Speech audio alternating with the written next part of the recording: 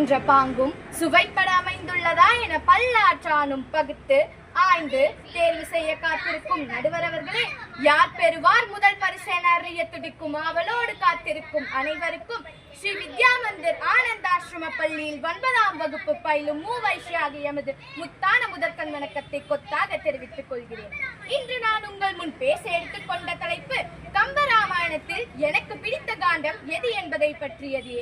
கம்பராமாயணம் என்பது கம்பரால் இயற்றப்பட்ட நூலாகும். இந்நூல் வால்மீகியின் வடமொழி ராமாயணத்தை மூலமாக கொண்டு இயற்றப்பட்டது. இந்நூலில் பாலகாண்டம், அயோத்திய காண்டம், ஆரண்ய காண்டம், கிஷ்கிந்தா காண்டம், சுந்தர காண்டம், யுக்த காண்டம் போன்ற 6 காண்டங்களை கொண்டு விளங்குகிறது. காண்டங்கள் என்பவை காப்பியத்தின் பெரும் பிரிவுகளை குறிக்கும். இந்த 6 காண்டங்களில் 113 படலங்களும் 10,500 பாடல்களும் உள்ளன. இந்த 6 காண்டங்களும் சிறப்பாக அமைந்திருந்தாலும் எனக்கு மிகவும் பிடித்த காண்டமாக கிஷ்கிந்தா காண்டத்தை பார்க்கிறேன். ஏனென்றால் கம்பராமாயணத்தின் முதல் 3 காண்டங்களுக்கு பிறகு இது ஓர் முக்கிய திருப்பு முனையாக அமைகிறது. ஆம் தோழர்களே, சொல்லின் செல்வன் எனும் ஹனுமான் எனும் சிறந்த கதாபாத்திரத்தை நாம் முதலில் சந்திப்பது இந்த காண்டத்தில் தான். ஹனுமானின் சக்தி, புத்திசாலித்தனம் மற்றும் ராமனிடத்தில் ஹனுமான் கொண்டிருக்கும் பக்தியை மிகவும் சிறப்பாக எடுத்து காட்டுகிறது.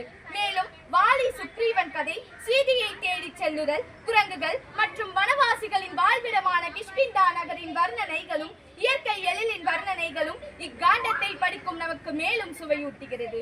இக்காண்டத்தில் பம்பை வாவி படலம், ஹனும படலம், வாலி வதை படலம் போன்ற 17 படலங்கள் உள்ளன. இதில் எனக்கு மிகவும் பிடித்த படலமாக வாலியின் வதை படலத்தை பார்க்கிறேன்.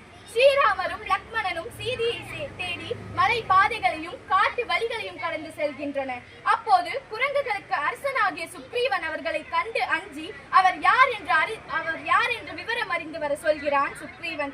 ஸ்ரீராமரை கண்டதும் அன்பின் திரு உருவமாய் காணப்படுகிறார். இதனை அறிந்த ஹனுமான் அவர்களை கண்டு அஞ்சாமல் நிற்கிறார். ஸ்ரீராமர், நீ யார், எங்கிருந்து வந்திருக்கிறாய் என கேட்க, காற்றின் வேந்தனுக்கு அஞ்சனை வயிற்றில் பிறந்தவன் என்னை ஹனுமான் என்று அழைப்பர் என்று கூறினார். ஹனுமான் அறிவும் ஆற்றலும் ஞானமும் நிரம்பியவன் என்பதை அவன் சொல்லால் அறிகிறார் ஸ்ரீராமர். ஹனுமான் சுக்ரீவனை அடைந்து ராமன் தன் மனைவியை பிரிந்து துயருறுகிறான். ராவணன் சீதையை கடத்தி சென்று மறைத்து வைத்துள்ளான்.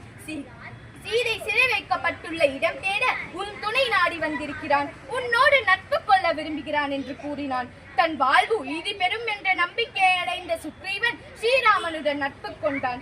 அப்பொழுது சுக்ரீவன் தன்னை பற்றி கூறுகிறான்.